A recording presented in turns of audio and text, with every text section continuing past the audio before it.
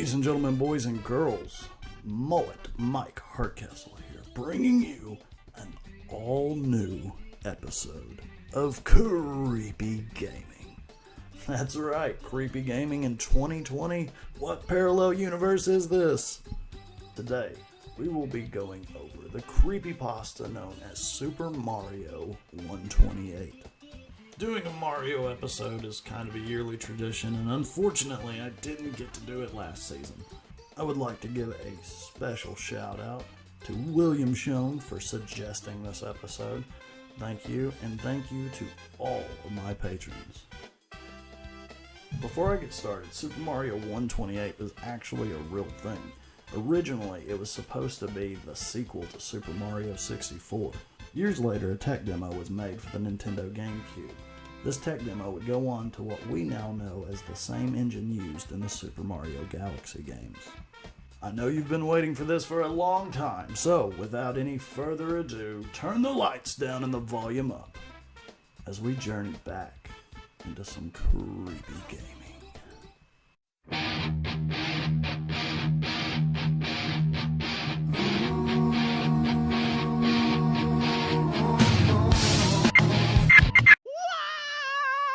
Mario has been a gaming icon for decades and has been in more games than can be counted, although no year in recent memory has gone past without some type of Mario game being released. Series fans will remember the nearly decade-long drought of original Mario platformers. From 1997 to 2005, there was only one new Mario platformer released, Super Mario Sunshine. During the second part of this drought, after Sunshine's release, the mysterious Super Mario 128 was the main focus of the fanbase. No concrete information was given on the game, and eventually, series creator Shigeru Miyamoto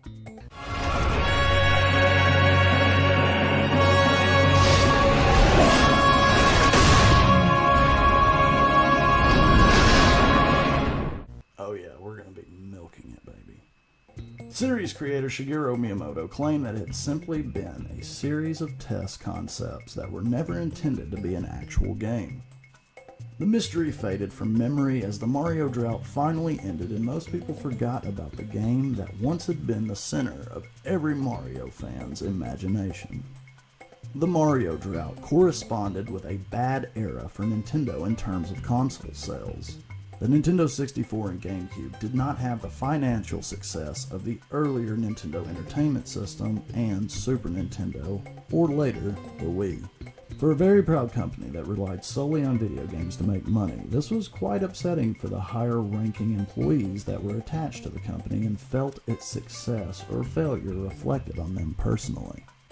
Nintendo started working on a sequel to the 1996 Super Mario 64 shortly after the game was released, but during the late 90s it became clear that Nintendo was not winning the console war. The Super Mario 64 sequel was restarted from scratch since the company believed that it was not a substantial enough improvement over the original to turn the tides of the market battle. Seeing the generally more realistic and violent games on Sony's PlayStation, the market leader, Nintendo considered making a Mario that was closer in tone to what the public seemed to want. There was quite a bit of internal conflict over how far to go with this new direction, and the new Mario was clearly not going to be ready until Nintendo's next console, the GameCube. The only hint of this that was released to the public was a comment by Miyamoto that he thought Mario and Luigi should act more like grown-ups in their games for the then soon-to-be-released GameCube. The new Mario project was ultimately split into two games, Luigi's Mansion, which reflected the darker tone that many felt the series should turn to, although it was still toned down quite a bit compared to what some Nintendo executives and developers wanted, and Super Mario Sunshine, which went in the complete opposite direction. Both were released within a year of the GameCube, and Nintendo felt confident that their new system and Mario games would return them to their former glory as market leader. As those familiar with gaming history know, they didn't. The GameCube did even worse in market share than the Nintendo 64, and the mass market's taste shifted even more toward violent, realistic games. During this period, the somber mood at Nintendo intensified and the darker Mario project was revived, this time codenamed Super Mario 128. Okay, hold on. We gotta take a break. Time out from the reading. Mullet Mike here. This is part of the Creepypasta. I know, it sounds like this is the creepy gaming script, but no, this is the actual Creepypasta I'm reading to you. Just want to take a quick minute to clarify that. Anyway, back to the story. It isn't clear exactly what happened at Nintendo during this period. As we know, nothing called Super Mario 128 was ever released or publicly shown. The source that revealed the internal strife at Nintendo during the later Nintendo 64 era refused to discuss what was happening during the time of the GameCube's failure, but released a prototype of Super Mario 128 online that can be played on the Wii homebrew channel. The following is a recollection of my time playing it. The game was clearly an early beta. The title screen was nothing but white text saying Super Mario 128 against a black background. There were no option menus or save file selection either. After the title screen, the game started. Bowser's laugh from Super Mario 64 looped in the background while a plain text box displayed this dialogue. Mario, I have taken Princess Peach and she will not live to see the sun rise tomorrow unless you take her place. You know what to do and where to go. Do not try to stop me unless you want to hasten her death. The game certainly was going for a darker tone.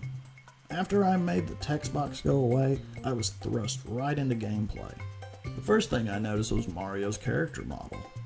His body was detailed, as in Super Mario Galaxy, although a little more realistically proportioned, but his head was taken from Super Mario 64's character model. Obviously, his design wasn't finished yet. The setting was a sky level. There were some simple platforms floating in the air. The rest of the area was just blue sky with several clouds scrolling in the background. The clouds seemed more realistic than the usual cartoony puffs in Mario games. They were quite graphically impressive. There was no music or full voice samples for Mario, but there were sound effects and grunts when he jumped. The jumping was more subdued than any other Mario games. Mario didn't jump as high as he usually did and had little control over his movements in the air. The different types of jumps in every 3D Mario weren't present. I played through the level. There was nothing especially notable about the gameplay. Enemies didn't seem to have been added yet. I just jumped from platform to platform and it wasn't very challenging. As I went through the level, I noticed the graphics gradually changing. The sky became more and more cloudy until it was entirely composed of clouds, and the cloud background gradually turned into a dark gray. After this, it started to rain. I reached a small platform with Toad on it.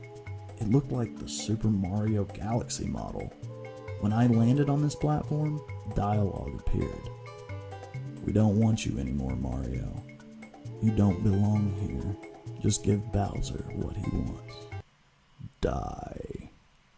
After the text box went away, I no longer had control over Mario. He just stood there for a while, and then turned around and walked off the platform. His body seemed to go limp as he fell. Eventually, it was revealed that there was a realistic modern city under the sky. The buildings looked neglected, but there were some people on the street.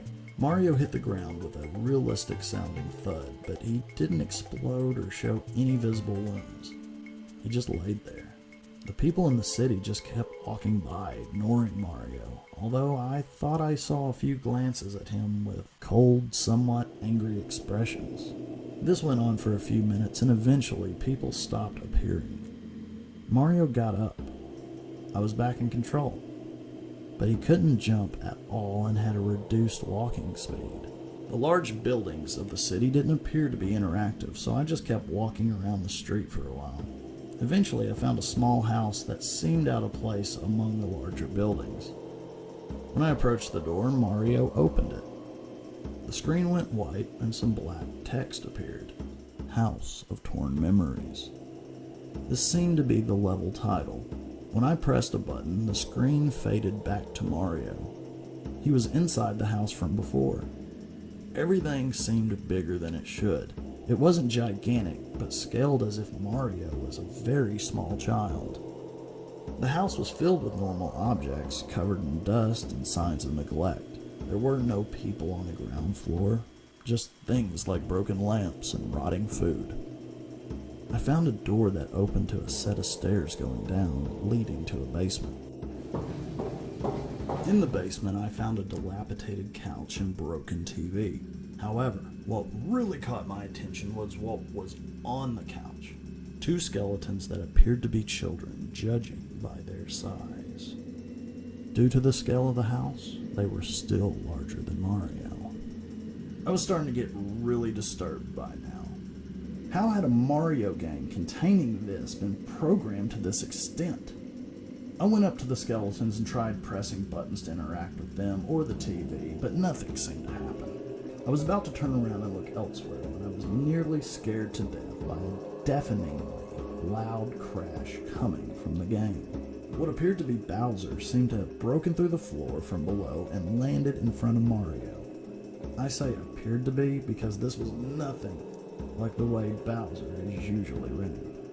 The reptilian monster in this game had Bowser's basic brownish yellow and green color pattern, but looked far more threatening than any Bowser model I had seen before.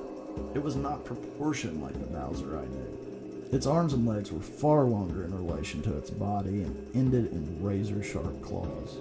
The green shell didn't look like it had spikes glued on. They were more jagged and organic looking with the same dark green color as the rest of the shell had. The face had small but intense pure black eyes and a mouth full of jagged teeth that took up far more of the face than it should have.